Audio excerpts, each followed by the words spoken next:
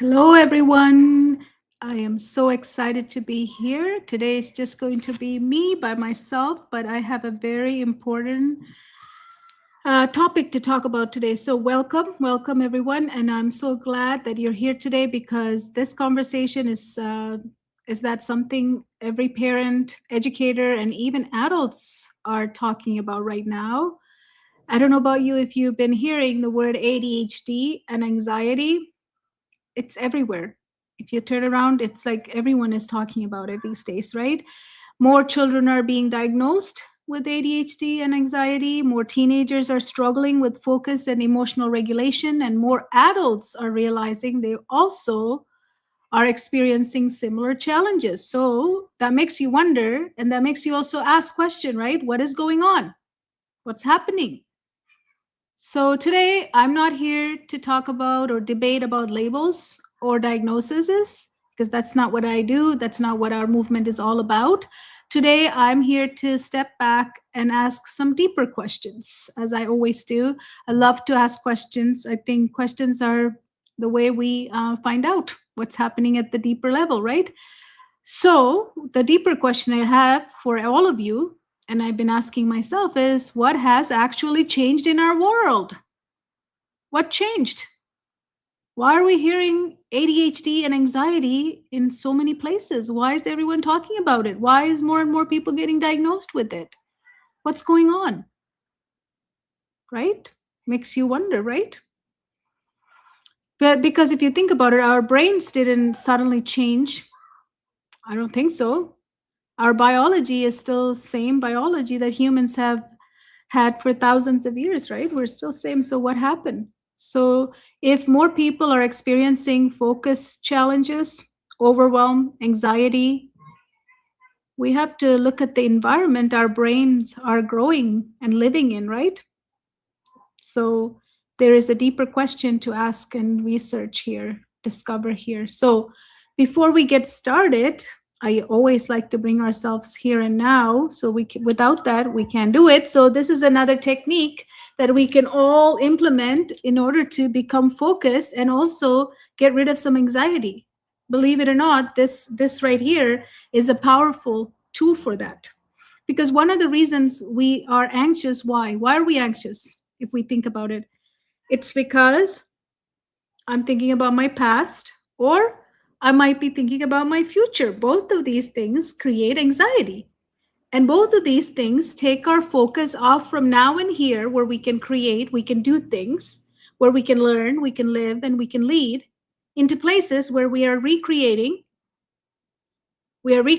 or we're reliving. So can you see the past you're reliving? You're replaying everything and you're reliving it. And I hate to say that most of us spend a lot of time thinking about the things that are bad that happened to us, right? That made us sad or made us angry or made us afraid or made us so hurt. That's what we think about because our brain loves to go through that again and again and again and again and again, and keeps us stuck and paralyzed thinking about the past. Then when the brain starts thinking about forward, it starts projecting the past and start thinking about the future. Same thing. If we're thinking about future with projection from past, where I might have failures or I might have had some heartaches, or where I might had some failure or something happened to me, somebody said something or something I said that somebody didn't like, all these things, if I project that and look at my future, wouldn't that create anxiety? Forget the lot of other things that are happening in the world, right? That's also a cause of anxiety too, right? So there's just a lot going on. And then plus our brain, which is the most powerful thing we have, it doesn't really let us live, does it? It really takes us to the past and it wants us to think about the past. Then it takes us to the future. And then not only want us to think about the future, at least it can let us think about the future with the fresh perspective. Instead, it projects the past. And then we have all these what if stuff, right? So both of these things are basically nonsense. Our brain does. Now, what can I do with the past? Take the lessons and let it go. And what can I do with the future? we have to bless it because future is possible. That's what we're headed towards, right? So we want a beautiful future for all of us. So let's bless the future and then let's release it instead of creating it like we know what's going to happen. It's not in our hand. One thing that none of us can do is predict the future, right? We can predict it, but we don't know if it's going to happen for true, real or not, right? So the future is just needs to come to us, but it's available to all of us, a beautiful future ahead. We just need to now come here and now. So this allows the focus to return, and which is the topic I'm talking about today. Everyone is suffering from unable to focus, lack of focus, and then becomes lack of motivation. Then it becomes procrastination. Like it just goes on and on. And then now and here becomes wasted time. So learning and living and leading ourselves and others becomes impossible. And then life becomes hard. And then we get into the loop of thinking the past and predicting the future and forgetting to be here and now. Can you see how this is powerful for even someone with ADHD can use this and actively think about how many times are you thinking about the future? How many times are you thinking about the future? How many times are you thinking about the past? Just start to focus, just start to bring awareness to yourself. And that awareness is going to tell you that where you're spending most of your time. If you spend in the past, or if you spend most of your day in the future, recreating things that are not going to happen, and predicting things that might not even happen, do you see how you're not available here and now? And do you see how here and now is so powerful versus anything else? Can you see that? So how else can we bring ourselves now and here? One of the gift that we have, the beautiful gift we all have, is our breath, right? We have our breathing. We breathe all the time, but somehow we don't breathe enough, meaning like deep enough. So let's inhale for 4, hold for 4, and then you're going to let go for 8, everything. So all the things that you thought about the past and the future today, just count them. Just let that go, because we are all wasting time thinking about the past and the future, right? So that's how you let go. So now come back again, inhale for 4, hold for 4,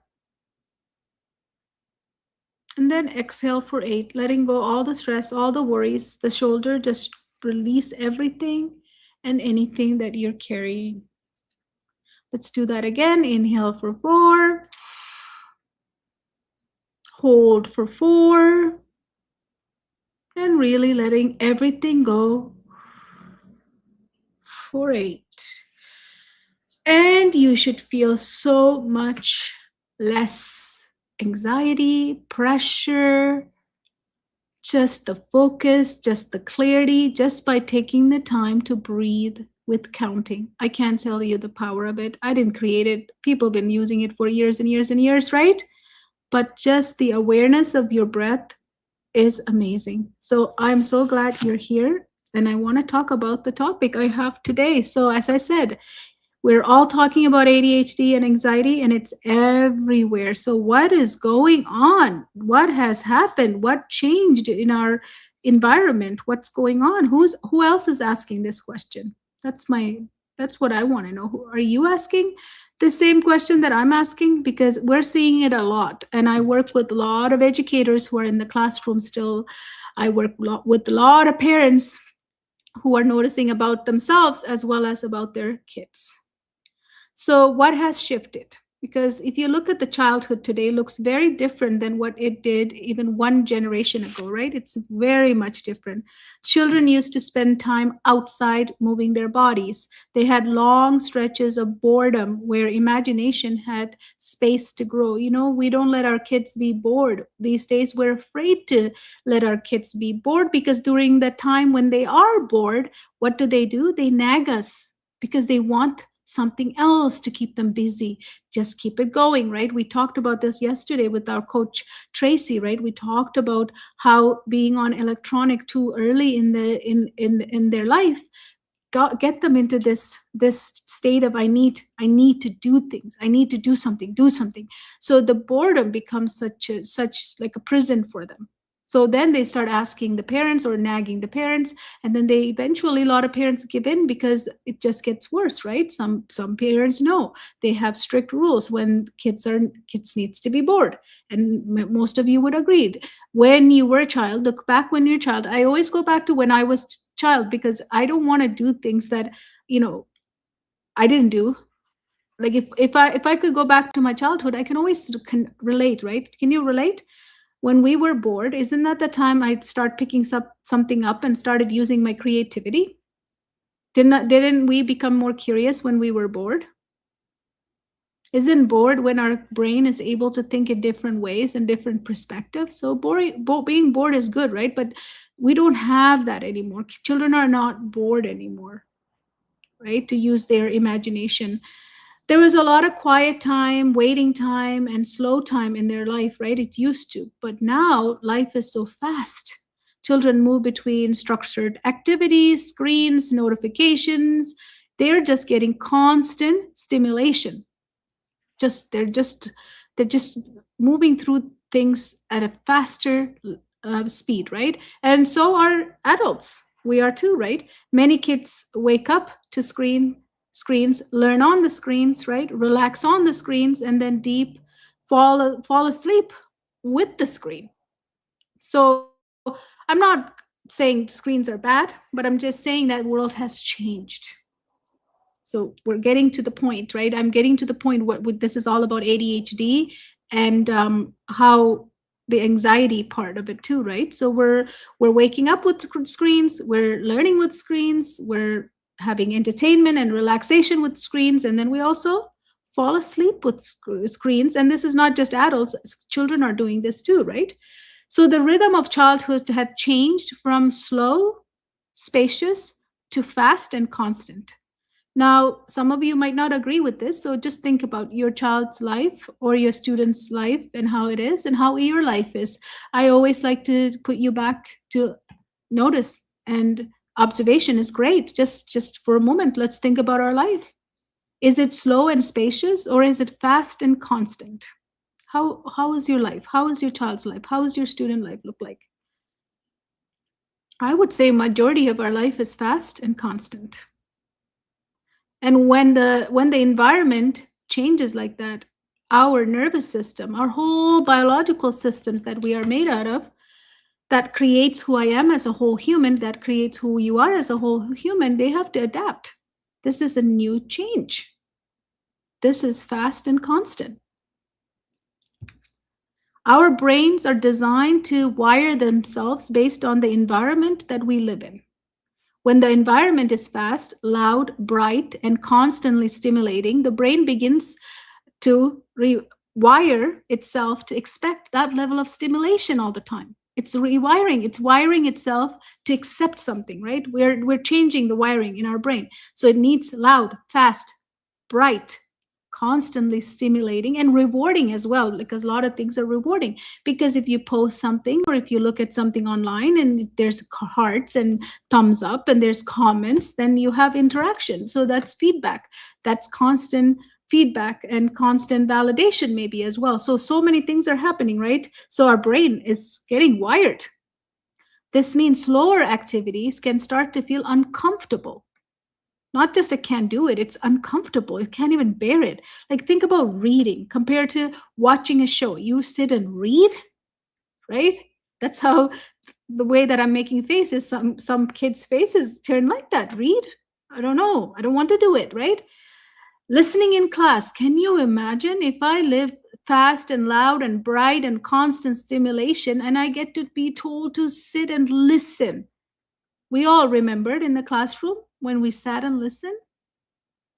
Was that fun? Most of the time, if the teacher wasn't entertaining, it was pretty boring even back then when we had slower lifestyle. But think about it now for kids and people who are already living in a fast and constant world, listening in the classroom, sitting quietly and listening in the classroom. It's like hard. It's too hard. Waiting for a turn. Like on my phone, I don't have to wait for any turns. I just do whatever I want. Why do I need to wait? So we're losing patience, right? We want everything fast, fast, fast, right? completing longer tasks. If you have longer things to do, because we are so used to getting these reels and these shorts and all these short form contents, we're just consuming them so fast. Completing a longer task feels like years of work. Even though it might just be 10, 20 minutes, it just feels like it almost takes me a year. And this is why most students are experiencing lack of focus. So suddenly what happens is these activities that are simple maybe even become difficult and feel like it's a sentencing versus enjoyment. There's no enjoyment to it. Not because the child is lazy or incapable, it's because their brain has adapted to a different speed of input. The speed of our brain is changed, right? We wired it differently now. So the speed of the input is not the same as what they expect. So the nervous system begins living in a constant state of alertness because of calm focus. So our nervous system, because our wiring has changed, it's not anymore in a calm state. It's always on alert. So alert mean anxiety, right? Because why do we need to be alert? For danger. But now we're alert all the time because our wiring has changed. When the nervous system is constantly stimulated, it also has less opportunity to settle. Can you imagine the nervous system always on, constantly on? Because it doesn't need to be always on if we're at a lower speed. But with constant input and this bright and loud and stimulation that's happening to me, my nervous system is constantly on and alert, which is not what it's supposed to do. It's not resting. So it can really look like anxiety, right? You can see that turns into anxiety because you are going to appear to be anxiety. So focus, do you know what focus needs? It needs a calm nervous system. Learning requires a brain that feels safe and regulated. So if I'm alert, my brain, my system is not feeling safe, but the state of learning requires focus, which requires calm nervous system. And focus also comes when we feel safe. So here's what's happening, as can you see? When we are overstimulated or constantly stimulated, we don't have time to settle. So our nervous system stay constantly stimulated and alert. That means it's scanning for danger, right? Because when we're alert, that's what our brain is built for, because we need to stay safe. So then I feel the safe and regulated part of the brain is no longer settled, calm. It's activated, overactivated. So it has to feel anxious. But when the system is flooded with information, speed, and pressure, brain shifts into survival mode more easily. So survival mode is what ADHD, a lot of ADHD symptoms starts with, right? Because when we're in that survival mode, we can't think. Thinking stops. There's no logic, right? It's very impulsive. And there's no patience. So flooded with information, we don't know what to do with what to do first, what to do second. It's too many information coming at the same time. Everything is getting overwhelmed. And then not only that, there's pressure and there's speed. We're going to go into survival mode, and our brain is going to just stay to protect us, which means we're going to feel also anxiety. So when all of this is happening, what does it look like in a child or an adult? Difficulty concentrating. Anybody have that? Difficulty concentrating? Yes. Restlessness. Don't feel restful. Emotional reactivity. How many of us experiencing or has seen, and we talked about it in a couple of days ago, I talked about it in another live. I told you that children are angry. Anger is an emotion. So emotional reactivity, overwhelm, anxiety. This is what it can show up as when our system is flooded with information, speed, and pressure, and brain shifts into survival mode so easily, and our nervous system is so on the alert. It's not settling down, and it's not regulated. It's feeling unsafe. Now, can you see why anxiety is rising? in young people. Especially, I see it with young adults. Lots of anxiety for a lot of things. So I'm going to go back to question because I love asking questions. So instead of asking what is wrong with the child or what is wrong with me or what is wrong with an adult, right? Instead of asking that, we also should ask what kind of environment is the brain trying to adapt to? Now, the environment is going to be changing. We're changing rapidly with AI and everything. We're changing. Our environment is going to change a lot, even further.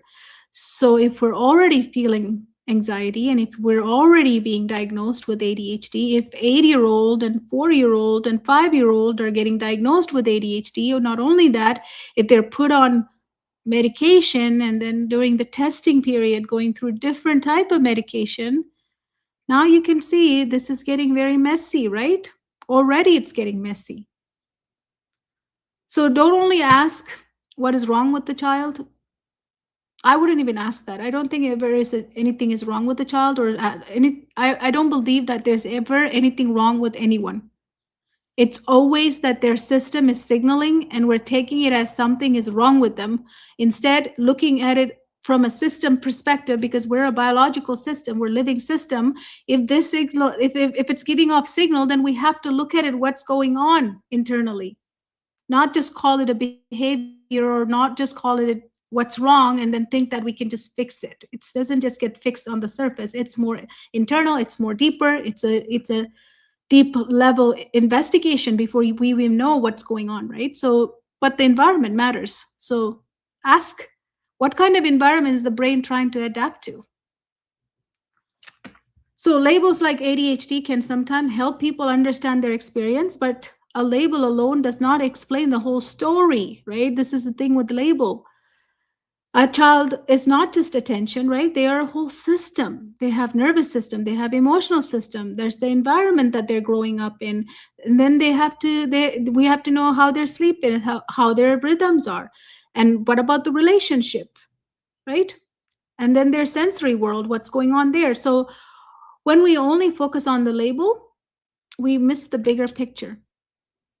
And then we all start doing what? When we have a label, we usually look through that label, right? The label becomes the filter, right? So then we don't look at the whole picture. We don't look at the whole system. Without looking at the whole system, we don't know the whole story. And this is a whole human. Every one of us is a whole human. So if we don't look at the whole system, we're just isolating one part of the problem, not we're looking at the whole part. And that's why a lot of time struggles and suffering surface, because we're not looking at the bigger picture. But when we step back, sorry, and take a look at the whole system, we can start noticing what the brain might actually need. There's something the brain needs. That's why it's acting that way, right? It's producing these behaviors, what we call them. So holistic intervention is so important when we're diagnosing something as ADHD or anxiety. Without holistic intervention or holistic thinking, we're just making this situation worse because we're just trying things in isolation. And as human beings, we're so used to this. We think that's how it's supposed to be, but it's not. We are a whole human. So how can we look at it in such a small fragments and segments and compartmentalized way and in generalized way when we are so unique? Does it make sense? That's why I don't look at anything other than holistically. You have to. The whole system matters, whole self matters, right? So, first step in this, as we are noticing more and more ADHD show up, right? First step is not fixing anything. We cannot fix anything. First step for adults who are helping anyone is to come home to themselves. And if you haven't watched How to Come Home to Yourself or what that even means, I did a live a week ago. Check that out. It's on our YouTube channel as a live show. check that out, because first step for anybody who's helping anyone else or themselves is to come home to ourselves. We can't be outside of our body and then try to help anyone, because the empty body doesn't have a soul. So you must come home to yourself before you start helping. So the first step is not fixing. First, come home to yourself, then start noticing the patterns, right? So if you're working with children, or if you're a parent, here are some of the things you can ask. What is the rhythm my child's day like? What is the rhythm of their day? Do you even know the rhythm of their day? Start looking at the rhythm of their day. How much time do they spend moving? This is a big part of everything that's happening. Is without moving, sitting and playing, it's going to produce different environment, which is going to produce different results, and that creates the wiring of the brain that we just talked about. How much time are they playing?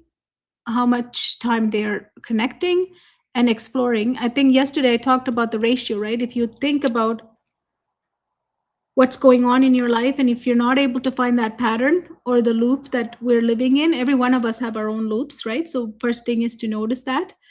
And when you notice it, just ask yourself, how much time are my children consuming things versus creating things? This is the ratio that you should play with. If they're creating so much and just playing sometime, that's a healthy balance.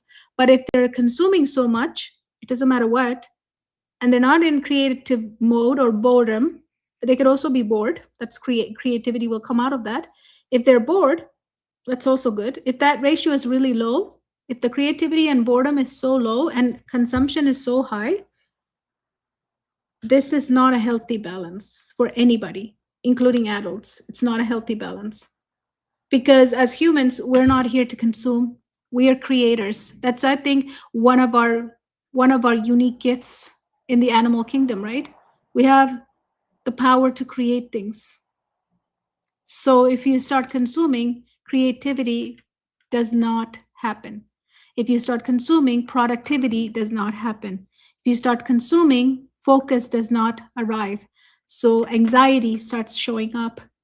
And a lot of the traits in ADHD are the symptoms of consumption as well. So just start noticing. And some of you might say, no, that's not my life. That's not how it is. It's definitely ADHD. It's just my condition. That's why I feel like this. That's true. But that condition does have a source. The source is the consumption part, because the consumption is wiring your brain to be in that alert survival mode. Think about it. It's something to really think about, right?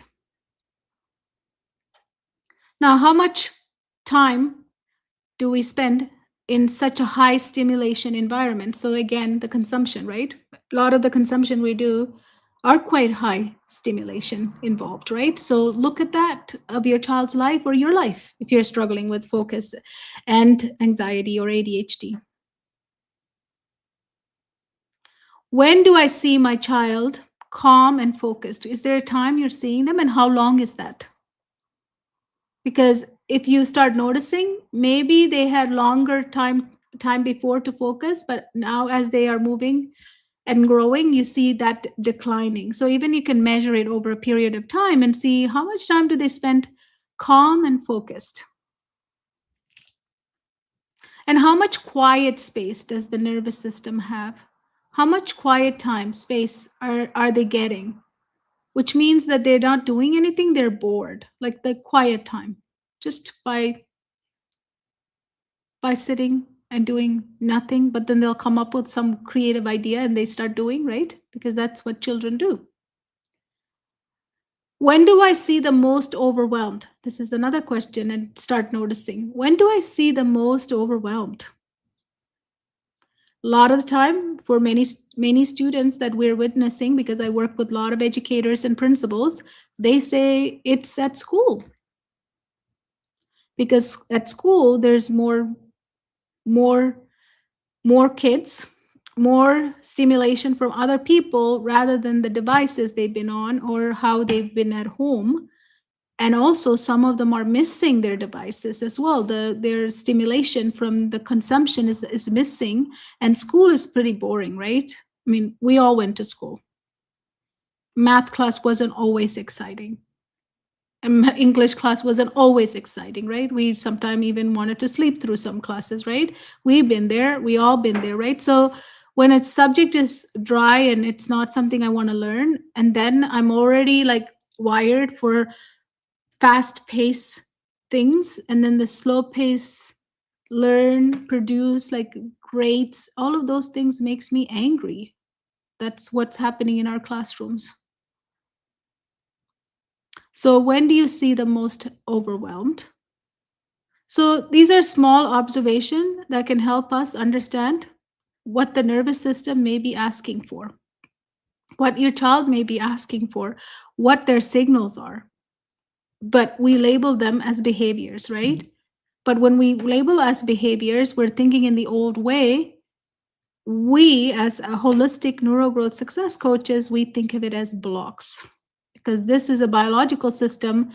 If I'm not able to focus, if I'm overwhelmed, that means something is blocking my system to be ready to learn. And learning is a state. That state requires flow, and that state requires focus. It's a beautiful state when we know how to get there. But if we are bombarded with stimulation that we are getting used to and our wiring is changing, then we are going to feel anxious in these situations, right? So when we understand the system, we begin supporting it more effectively so we can go to the root cause of it, not the surface. Because if we still stay on the surface, we're not reaching anywhere.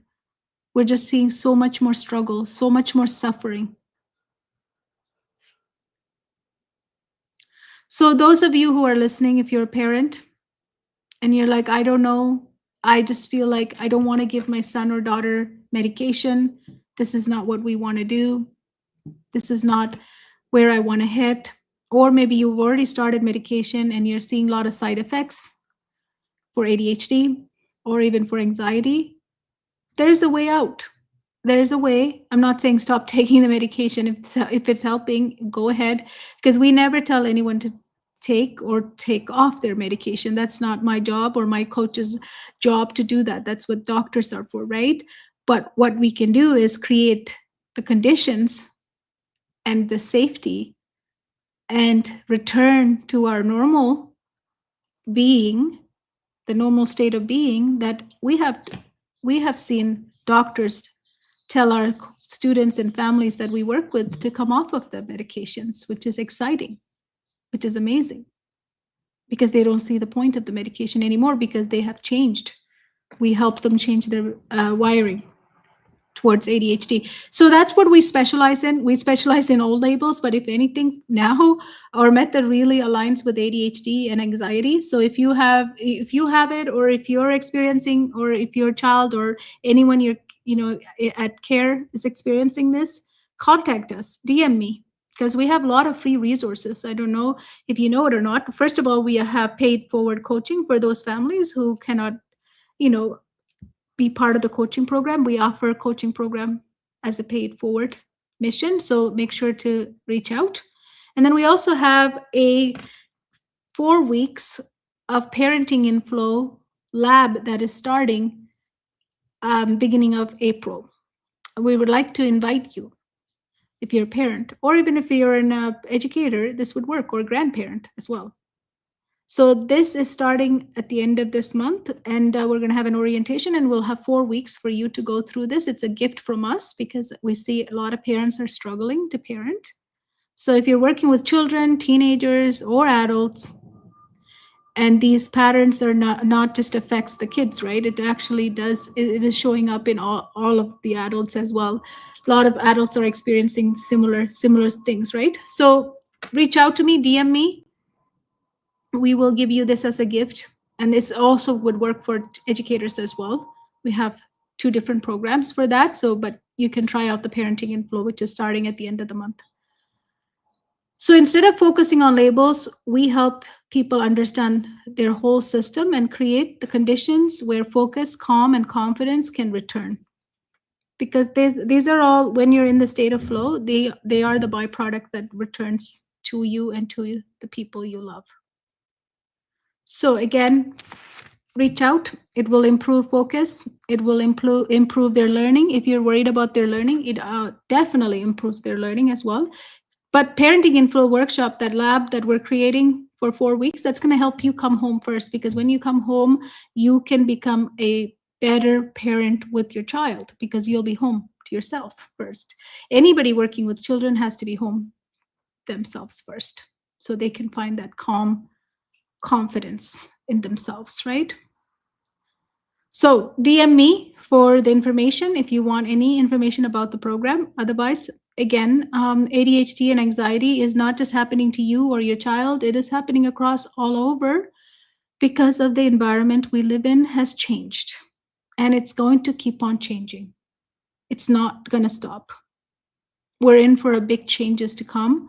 And that's not to scare you, that just to say that we need to learn how to help the overactive nervous system, our brain, rewiring it according to the environment we're growing and changing environment, right? We need to help our brain. And in order to do that, we need to seek deep, deep solutions, deeper solutions, not just the surface ones. So this is not just, I'll find a tutor, because tutors can't help with this stuff. They can help with subject expertise.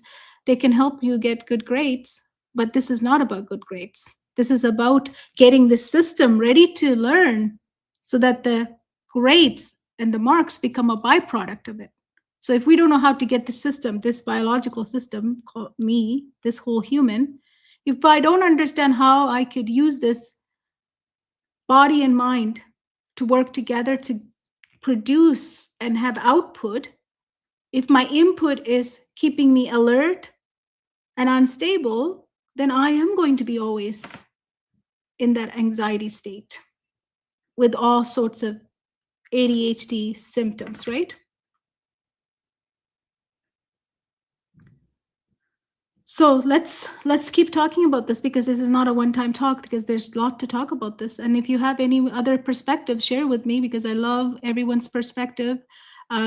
This is how we learn. So any comments, anything you can share with me is appreciated. Your those of you who watch and comment our live shows are so appreciated. So thank you so much, and I will see you tomorrow. Until then, think about what's happening in your life, in your world, and where are you constantly racing and feeling like you're never resting. Just notice, start noticing in your life. And then when you start noticing, you can then realize that I am racing. I am no longer calm like I used to be. No wonder I feel anxious. No wonder I can't focus. No wonder I feel like I'm always on the go. Those are some things to witness and notice. Thank you. I'll see you tomorrow.